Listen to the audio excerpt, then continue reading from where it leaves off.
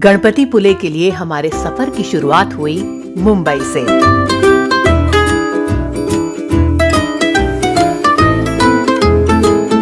और जब हम गणपतिपुले के रिजॉर्ट पहुंचे तो सुबह बस हुई ही थी।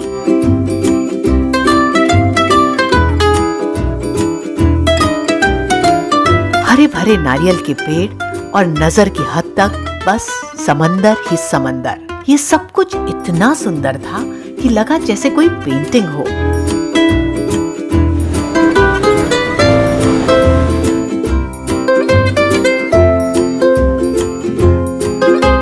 इसके बाद हम रिजॉर्ट के नजदीक प्रसिद्ध गणपति मंदिर, जिसके नाम पर इस जगह को गणपतिपुले नाम से जाना जाता है, वहां गए।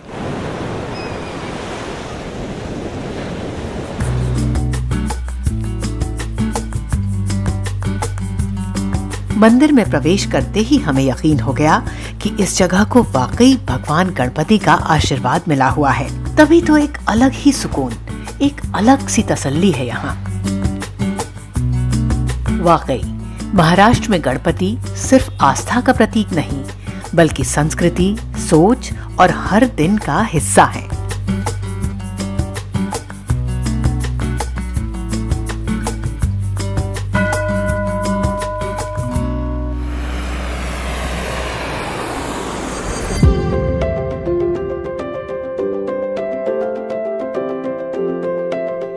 हम निकल पड़े छत्रपति शिवाजी महाराज और मराठा साम्राज्य के अद्भुत इतिहास को जानने जयगढ़ किले की ओर।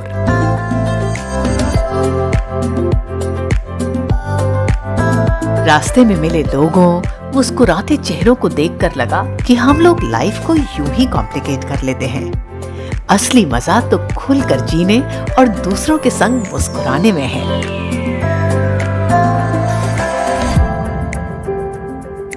खैर, खूबसूरत नजारों के बीच अचानक हमारा ध्यान फ्यूल टैंक की सुई पर गया। गाड़ी इशारा कर रही थी कि उसकी भी पेट पूजा यानी डीजल और हवा का वक्त हो गया है। बस हमारे सोचने की देर थी और रास्ते में ही हमें एक साफ सुथरा पेट्रोल पंप मिल गया।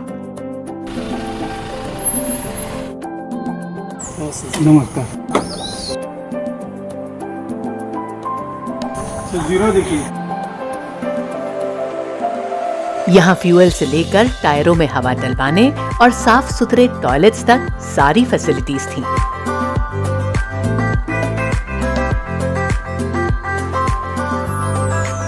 आसानी से ऑनलाइन पेमेंट करके हम पेट्रोल पंप से आगे बढ़ गए। जैसे जैसे हम जयगढ़ किले के नजदीक पहुंच रहे थे, हमें महान और गौरवमयी इतिहास का अंदाजा होने लगा था।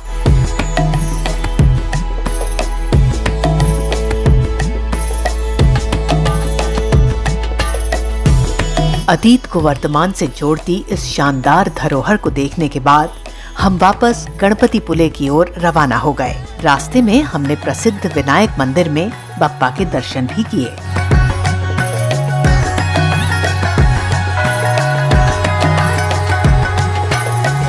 शाम ढलने लगी थी और आंखें चाह रही थी कि प्रकृति की इस सुंदरता को जी भर के समेट लें।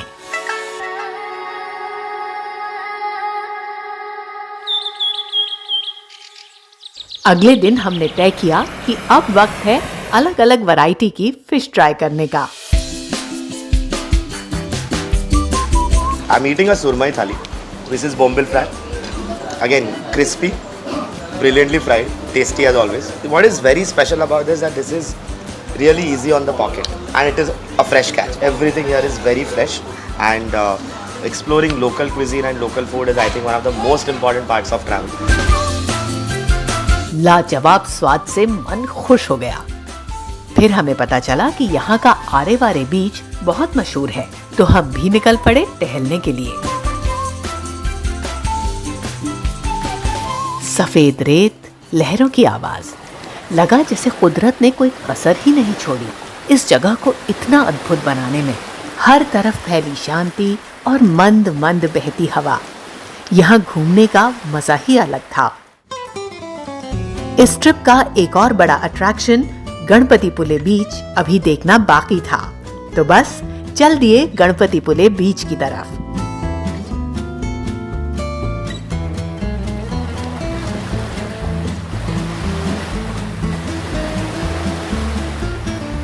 एक अलग आकर्षण था इस जगह का।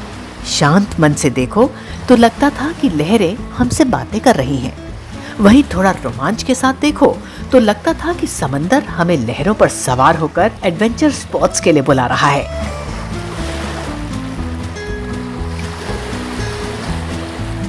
यानी हर किसी के लिए कुछ न कुछ खास है यहाँ।